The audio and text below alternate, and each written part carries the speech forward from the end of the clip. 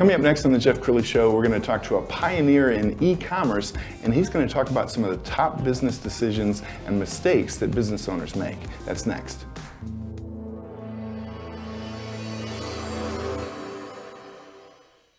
Many are predicting that the worst is yet to come, which is unfortunate, said one person here.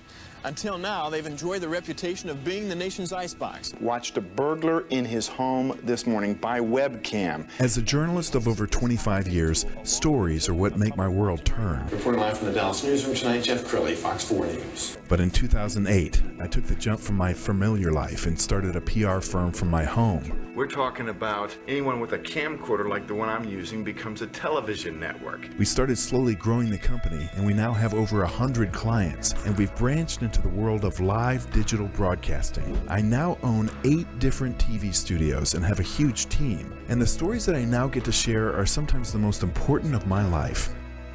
Life has a funny way of coming around full circle. This is the Jeff Crilley Show. Well, of course, e-commerce has been around for a long time, but if you were in the middle of the pandemic and you did not have some kind of online way to sell your wares, you were in trouble. To talk about that today, Kevin Strawbridge, he is with the Square L Group. Thanks for coming on the show. That's my pleasure. Thanks for having me. So you were telling me before we went on that you have an interesting birth date.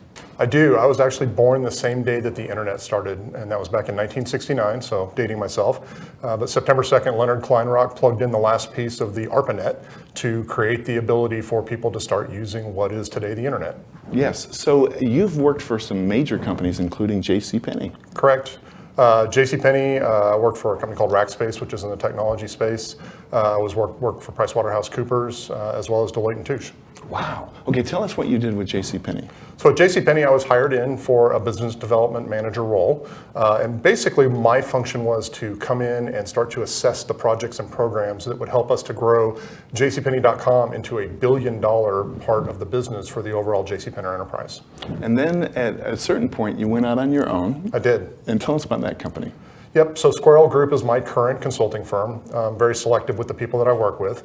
But what I really focus on is the ability to find companies and leaders of companies that are looking for ways to take complex problems and turn them into simple solutions. Yes. I want to talk about the e-commerce company that you launched, I guess, how long ago was it? It was 2008? 2008. I didn't launch it. Okay. I actually was hired in as the president for DealTaker.com.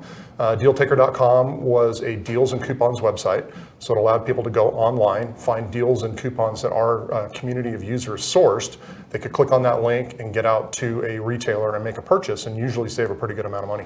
And you just did dozens and dozens of television interviews during your career there. We've got a clip that we're going to run as Kevin is talking. Tell us what you did in terms of bringing that company along and growing it. Right, so when I joined the company, they were a startup that was acquired by a media company, and the media company had to figure out how to integrate it into what they were doing from a more broad media experience. And so what we focused on was building up the community and making it bigger so that we could be able to source more deals and coupons to share with users. We also extended our marketing so that from a paid search and an SEO perspective, we could get more customers to come to our website. Because the key was the more visitors we had, the more likely they were to click through to one of those links and make a purchase. And then we generated revenue as commission on those links. And you grew it into one of the most popular coupon sites on the planet. It basically became the 15th largest deals and coupons website. We competed with companies like Retail Me Not, Slick Deals, Deal News at the time. And since then, there's been a huge proliferation of deals and coupons websites, and there's a lot of different people doing it. But Retail Me Not's still one of the big ones that's out there. One of the things I love about you, Kevin, is that you've actually been in the trenches. So many consultants, they read a bunch of books, and then they're going to tell you how to run your business. Talk about how you differentiate yourself. Yeah, I really pride myself on the fact that I've been at the staff level, I've been at the middle manager level, and I've been at the senior leadership level, CEO of running a company. And what I pride myself on is the finance and accounting background that I started with, but then diversifying my tool set and getting into a lot of different things and seeing a lot of different things, not only through different companies that I worked with, but also different roles and different experiences that I had. So we're going to show some video of just generic companies. When you first approach a client, what are some things you look for? for? So the biggest thing that I focus on, three primary things, and these aren't secrets, but they're strategic things that companies look at typically, and that's people, process, and technology. And more often than not, companies and CEOs that I talk to think that if they just make a technology change to their company, that they'll be able to solve all their problems. But typically what I find is that they usually start with people problems. So people typically define the processes that take place in a business. As those processes mature, technology is then applied to those processes to improve those processes and make them more efficient, thus freeing up the people to be able to do the thinking and the work that's required to continue to build the business. So when I usually get put in touch with a CEO, they want to focus on technology, I have to bring them back to the people aspect of what they're doing, make sure that they have the right people in the right seats, to quote Jim Collins from Built to Last, and make sure that those right people in the right seats are developing the right processes, and then as those processes evolve, then put the technology in play. You seem almost like a business doctor, and I know a lot of people who go to the doctor have self-diagnosed. They said, "Doc, I know it's a sinus infection," and then it turns out it's something completely different. Almost every single time that I work with the leader of a company, they think that the problem is in one area and it's definitely in another area. And it's good because that means that they're really focused on their business and they think that they've got the ideas. But bringing in an outside person, somebody that's willing to stand there side by side with them, look at their business with them and understand it, allows them to see the opportunities to be able to make those improvements. So I'm a CEO, and I can tell many CEOs have fragile egos. They don't want to be told that their baby is ugly, and they certainly don't want to be told that they're doing a bad job. So tell us what it's like to engage you. What kind of coach are you?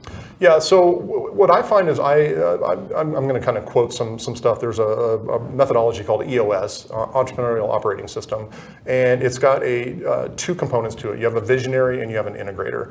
Visionaries are people that see the big picture, they're chasing after the big picture, they want to really install this vision and do things, but they can't really integrate it because that's not how they're wired. I'm wired more as an integrator. So I have the ability that I always joke that like visionaries in front of me are throwing stuff over their shoulder and I'm coming behind and catching it all and putting it and lining it up for them. And so what I do is I engage with these visionary owners and CEOs and really help them to understand how we can put their ideas into motion and work the way they want them to work. And I think you hit the nail on the head when you said people is the kind of fundamental thing, especially when we have quiet quitting. It's an interesting time to coach companies because I think everybody is struggling with the same thing. How do I keep great employees in place? Well, it really comes down to the quiet quitting term is interesting. I have a lot of different schools of thought on that I'll leave to the side right now. But what I'm finding is that there's mixed agendas. You've got employees that want to do and see and be certain things. You've got companies that want to see and do and be certain things. And that when you can align those things and find where people are engaged and happy in what they're doing on a day in and day out basis, not all the time, but most of the time, that's where you're going to see an improvement in culture, and that culture is going to lead to that infectious ability for companies to be successful. Let's talk about several generations in the workplace. I'm born in 1963, so I'm technically a boomer. The boomers stopped in '64, and now you've got millennials and Gen Zs in the workplace. And as a boomer, man, I had bosses that would say to me, "It's because I said so, Jeff." Well, as a leader, I can't do that. That doesn't really play well, does it? It doesn't. And really what I find, and by the way, I'm Gen X, so I'm in between you and those. But what's interesting is, the CEOs have to look at and understand what employees need and want from what they're doing. But at the same time, they have to be able to have that leadership component to say, this is where we need to go, and we need partners in doing it. And so, the days of do it because I said so don't exist anymore. But we have to be very careful, in my opinion, too, of the days of do whatever you want. Don't sort of take over that either. Okay, you have a very interesting name of your company, Square L. Tell us what that means. Yeah, Square L Group was born out of a couple of things, but predominantly I have three great kids, Landry, Leighton, and Lane, and they all start with an L. And then I was playing around with their names one day and I pulled the L's off and kind of put the L's into a square. Next thing I knew, I had Square L Group. I love it. Okay, we're almost out of time. Final thoughts. What would you like to leave people with? The biggest thing for me, we talked about the people, process, and technology, but the other part is looking at people from the standpoint of whether they're strategic, analytical, or tactical.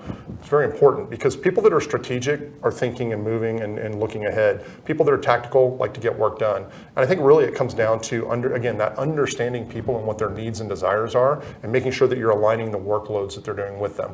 So when you come into consult a company, are you doing some kind of tests so that the boss knows whether their employee is strategic or technical? To some degree, yes. So there's actually a tool that I use called Culture Index that I work with Culture Index when I have the opportunity. Not every client has that the ability to do that, and it's a behavioral traits tool, and it will help you to figure out how people are hardwired. And then I spend a lot of time really just in one-on-one communication with people on the team to really understand, what do they do, why do they do it, what makes sense for them, and how they want to grow what they're doing. You have been an amazing guest, Kevin Strawbridge with Square L Group. We're going to end with the website, which is squarelgroup.com. Thanks for coming on the show. Thank you very much. I appreciate it. That's it for now. We'll see you next time.